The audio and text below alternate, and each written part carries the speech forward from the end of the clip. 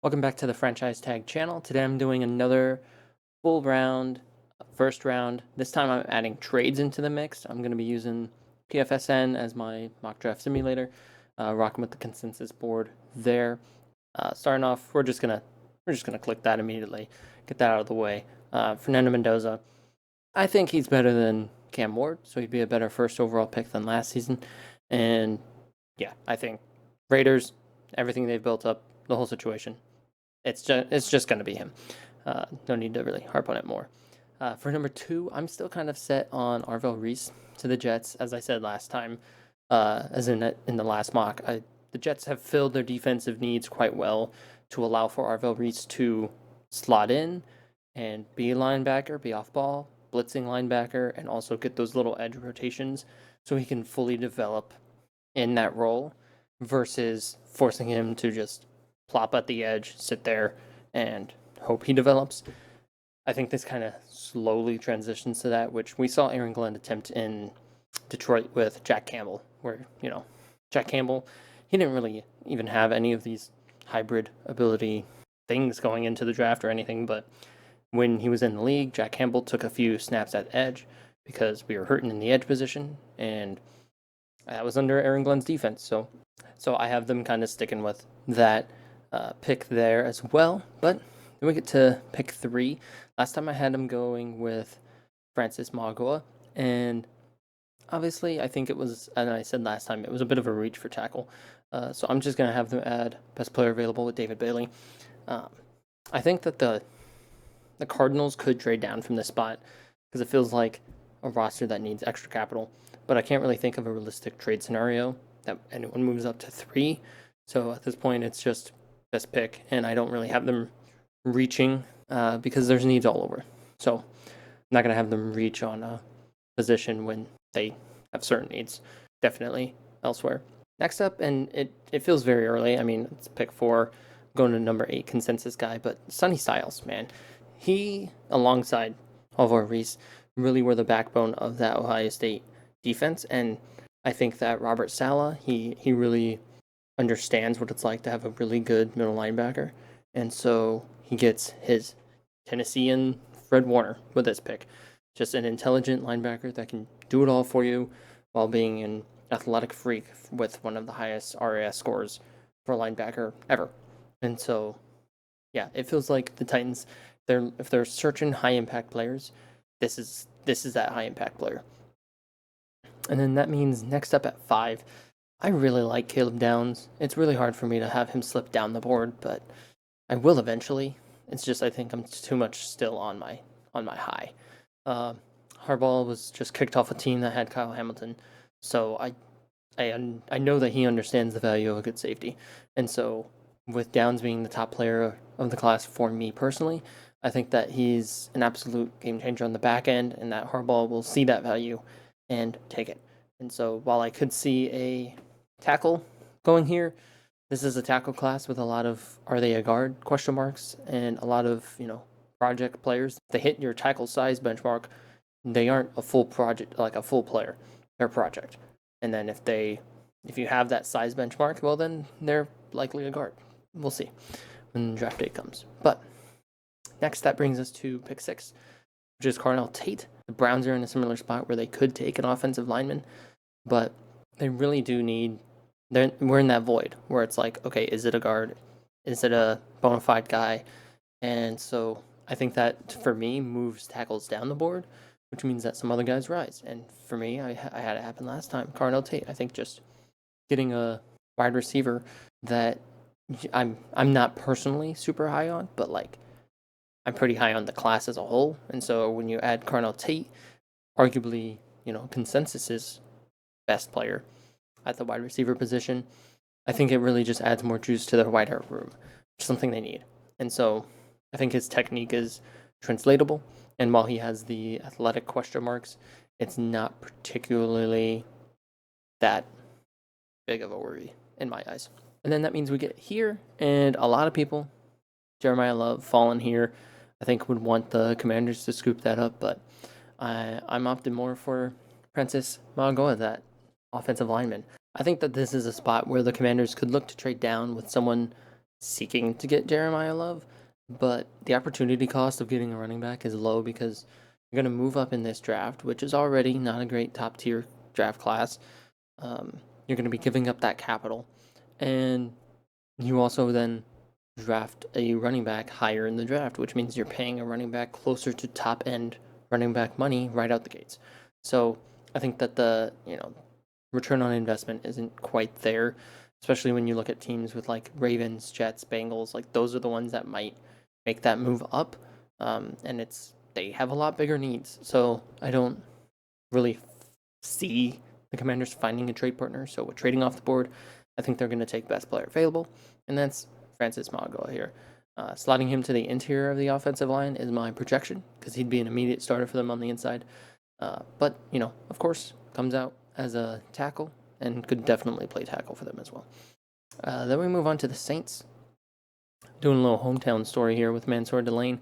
Yeah, I think in my last mock, I had them going with wide receiver for Mekhi Lemon.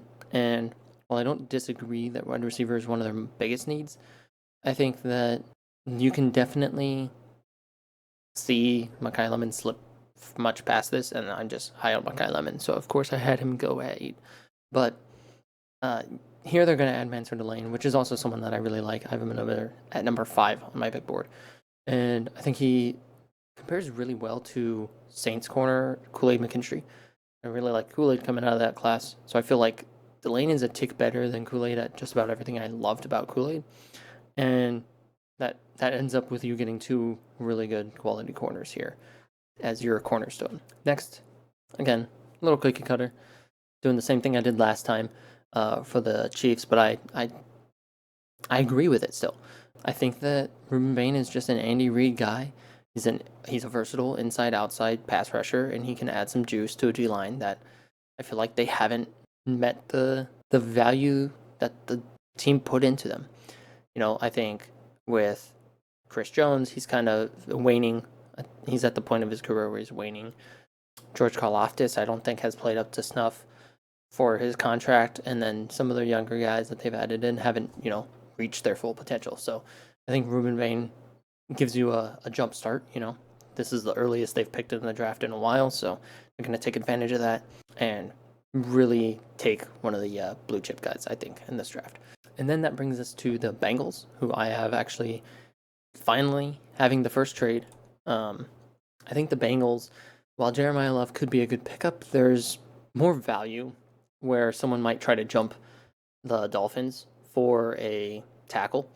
And so I'm going to have that happen. Going to go ahead. I'm going to have the Rams trading up the Bengals, which is just going to be a 3-spot drop and probably can get it done for 93. Yeah, I mean, that's a big gap, but they're going to pick up some extra capital and they're going to get Monroe Freeling, that tackle I was talking about. He's a tackle guy, prototypical size, measurables. He's on a meteoric rise up the boards, and while his game lacks polish, I think that the power he brings to the line of scrimmage is right up the alley for a McVay offense. And now for the Dolphins, I'm gonna have them actually trade down as well.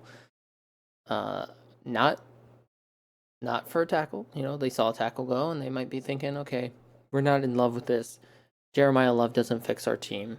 We have a lot of holes.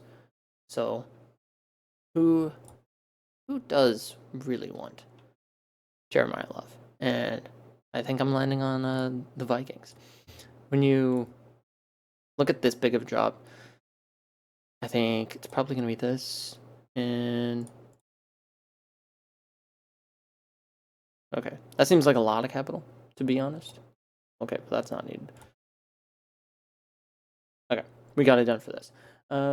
It's a lot of capital in a draft that I feel doesn't have a lot of the value of getting, you have all these picks in this draft. Okay, well, there's a lot lower quality of this draft class. So are we going to stock up on a bunch of players that don't make the cut after OTAs, or are we going to go get Jeremiah Love? And I have them going and getting Jeremiah Love. I think that the running back room is really going to be young and dynamic, adding him.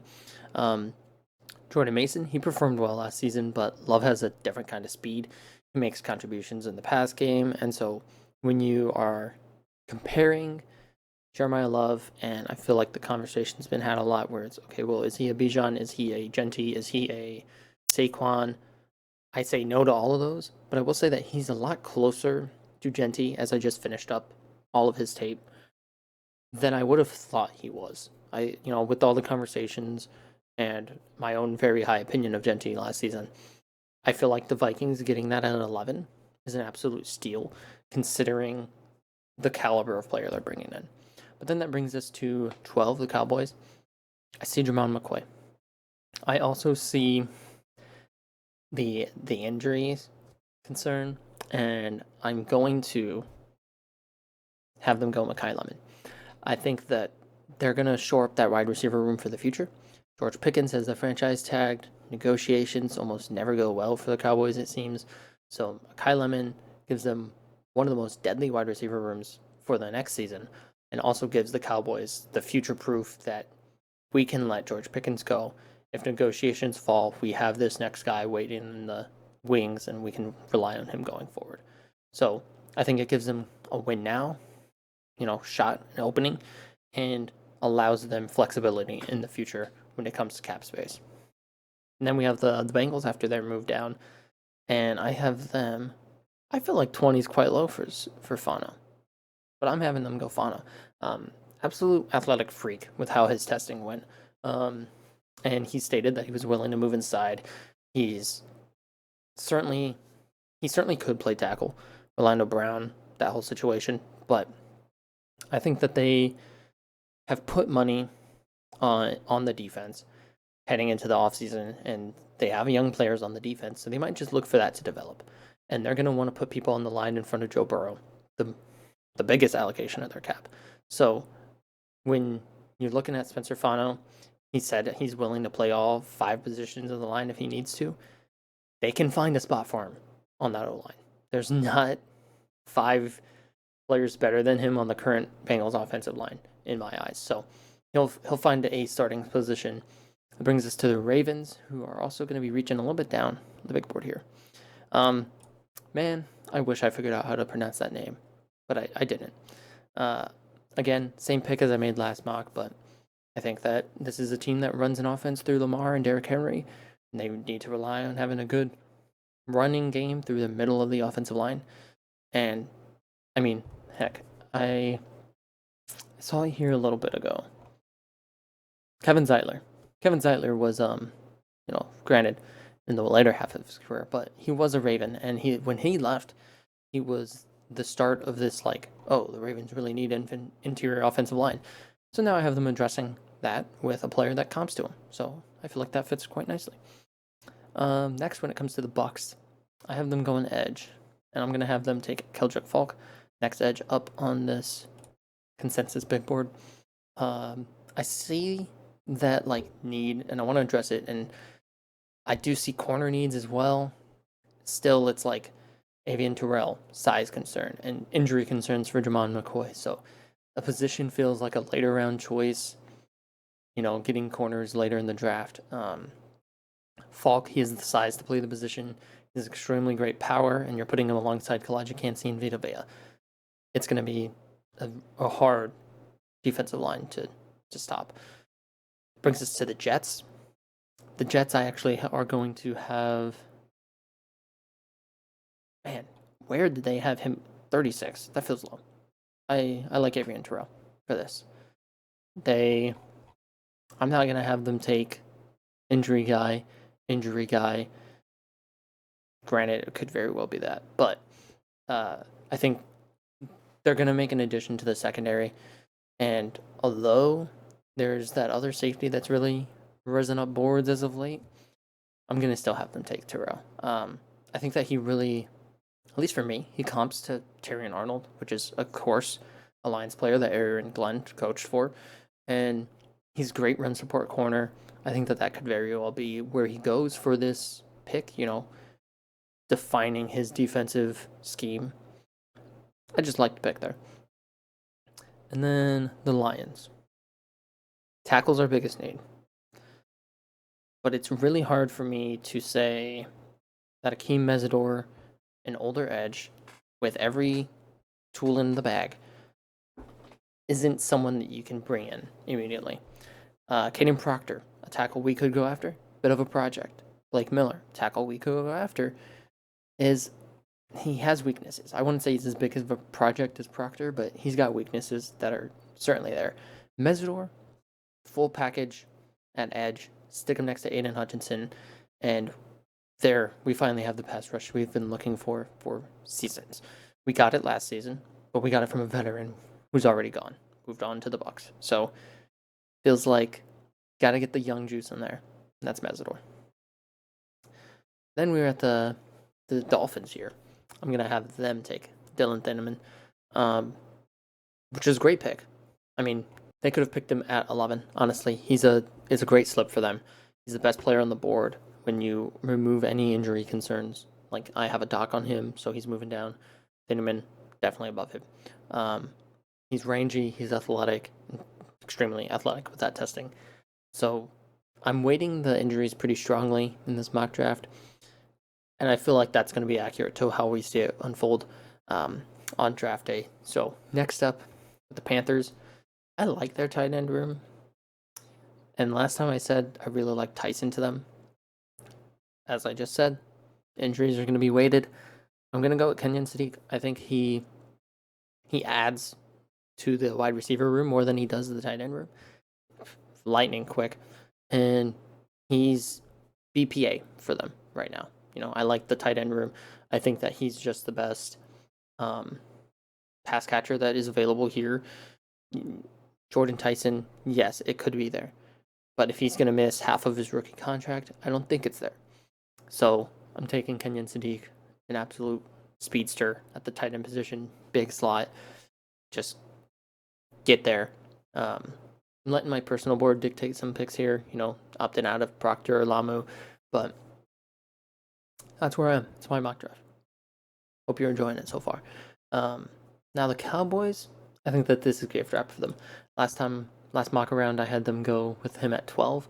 Now they're walking away with Makai Lemon, which is future-proofed wide receiver and current year best receiver room of the league. And then Jamal McCoy, who, despite injury concerns, he, gets turnovers. He has proven he's good at his position. That's why he's still projected as high as he is, despite not playing for a whole year. So the Cowboys get gift wrapped a corner that does things that the Cowboys defense loves, which is generate turnovers. I think it makes a bunch of sense. I'm gonna have a minor trade here. Eagles are gonna be looking to move up, and it's gonna be a very little. I'm sure that's even too much. Is that enough? What is it? Okay. A steal. A steal is what it is, because the Eagles always get them. Jordan Tyson. If he plays, if he is healthy, it is what has always happened for the Eagles. Someone slides for some reason or the other, goes to the Eagles, and while the team might have A.J. Brown this season, who knows? With all the noise that happens every single year with A.J. Brown, we could see Jordan Tyson come in and fill that role, or we could see them, watching Makai Lemon go to the Cowboys and being like, all right, let's make our wide receiver room even better. For those 2 games out of the year that we're going to be in a slugfest with the Cowboys, let's make ours better. Jordan Tyson to the Eagles after a trade up, I think it's hit easy Howie range to take a swing on that. And man, I don't like it. I don't like it because I don't like the Eagles, but it's going to happen. Someone will slide to them.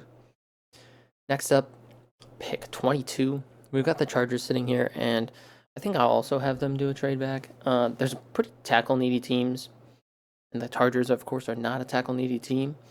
Behind them, of course, is who I'm referring to. I'm going to have the 49ers make a trade up.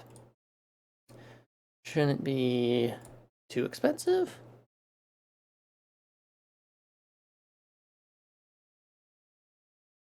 Maybe even get that for a 4th next year. Maybe even a 5th? No, okay, 4th. We'll take that. Yeah, I think that they're gonna go ahead. They're gonna move up, and they're gonna take Caden Proctor. I think that this is that project player that can play inside, that gives you the post Trent Williams flexibility. Last time I had them go with Blake Miller. I think Proctor's honestly a day one starter on the inside, and so then you have that flexibility for your inside and your outside in the years to come. So I think that he's got power, he's got size, and the 49ers can definitely supply some refinement and some coaching to that to really let it happen. Then we come to the Steelers. I'm not having them take Ty Simpson. It's just not a pick I like, but I will have them take Caleb Lama. I think that, he's an interior offensive line guy with his arm size, his hand size, all of that.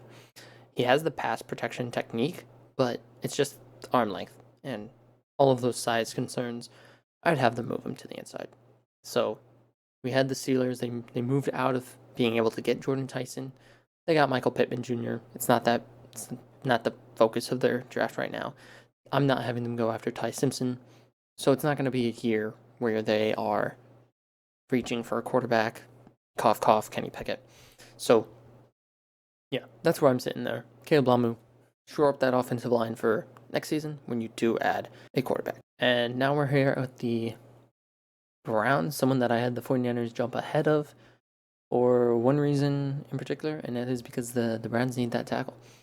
Now, Blake Miller's played a lot of college ball. He's got a lot of starts.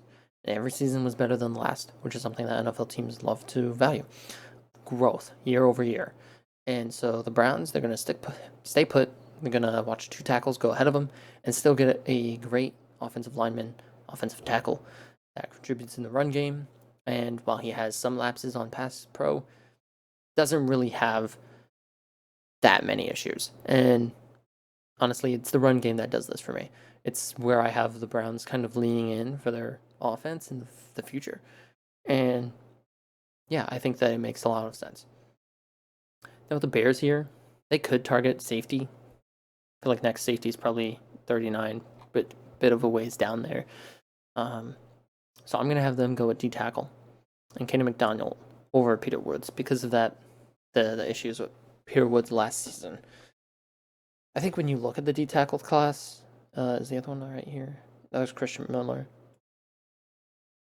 Peter Woods, Christian Miller, Caleb Banks is way down there. But Caleb Banks, I've seen a lot higher with his injury stuff. I understand why he's low. Christian Miller, I've seen also kind of rising, but still 30. You're at pick 25. It might be that striking range, but I just like Caden McDonald more. He's going to, take up 2 offensive line every single snap. Then moving on to the Bills. The Bills, I'm not going to have them go wide receiver, despite really liking Omar Cooper here. I just don't feel like they're going to do that after that trade.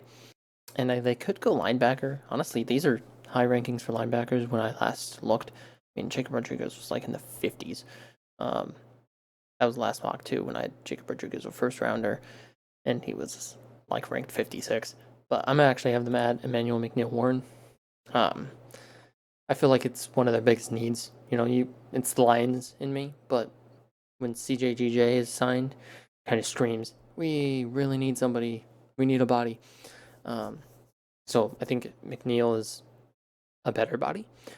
He's a physical safety that I think really he's staying put on boards because he didn't have the athletic profile that Dylan Thingman did, but who does? I think he's definitely in contention to go here. So just a minor reach, filling one of their biggest needs. I'm not too anti that. As we look ahead, we've got the Chargers, Texans, Chiefs, Dolphins. I don't see anyone else moving up. Chargers just moved back. And I'm going to have the Chargers go ahead. Man, dude, these rankings have changed a lot since I last saw. But TJ Parker. I really like TJ Parker. I think that they take extra draft capital. No edge players went between their picks. So it really falls into the lap that they still get to pick TJ Parker, who's a powerful edge rusher. He's stout against the run, which means that he can be a 3-down guy and kind of be that Khalil Mack replacement. Khalil Mack, good against all phases. So I think that really is the avenue they're going to look for TJ Parker. Then when it comes to the Texans, I'm going to have them at D tackle. And again, I'm passing on Peter Woods. I think 19 is a bit high, but Christian Miller. I really liked Christian Miller, and I think that adding to the strong suit of the team makes a lot of sense. You know, you're adding disruption between Danielle Hunter, between Will Anderson Jr., and while it's not needed, it amps the pressure up even more on opposing offenses. And, you know, while I could have had them target interior offensive line, they pick again at like the top of the second. So that's where I'm going to have them address interior offensive line. There's been defensive linemen going off the board. We just saw the first one go with the Bears. Get your guy there. Don't wait for more of them to come off the board. There's been plenty of interior offensive linemen projected, at least of my opinion, already gone. So just take the top of the D line, guys that you like, and don't let it go any further. It's a boring draft for Chiefs fans, at least if you watch my last video, because I also have them going Colton Earl again. Same two picks. I think they're both just such team fits that it's hard for me to not have these things happen, especially when the board falls this way. So I think that it gives the defense staying power over the past few years of talent drain, and the Chiefs will continue to develop really well. I will say, Omar Cooper, right there. I really like Omar Cooper. Pains me.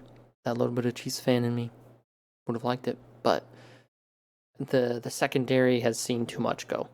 I think you just have to take Colton Hood, and honestly, at 9, if Delane was there, I really would have floated that instead because of the quality of player that they lost in Trent McDuffie with the trade.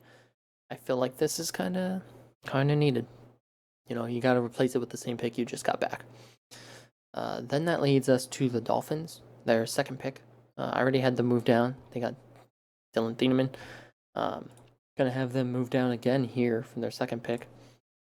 There's a team that really needs a lot of stuff. I'm gonna have the Arizona Cardinals. Why am I? Okay. Arizona Cardinals are gonna be the one to do it. They're just moving 4 picks. Probably isn't gonna be needing that much capital. There. We'll make it that. Moving up 4 picks. They are looking for that contract, that extra year of contract flexibility from Ty Simpson. It's really not much to give up when you're moving up just 4 spots. You're going to get an extra year for what could be a quarterback that could be the quarterback for your whole regime. You want that contract flexibility. And the Dolphins, I think, are the one to move up with. You know, while you could go Patriots or Seahawks, I think the Patriots and the Seahawks, with who I'm about to have them pick, would be very happy with who they get to pick. The Patriots, it's Zion Young. I did some fact checking. I'm not crazy for liking this pairing. So I'm, again, making a similar pick as I did last mock draft, but it's because I went with my gut last time, and then I fact-checked my gut, and I said, wow, other people agree. Zion Young. I like the pairing.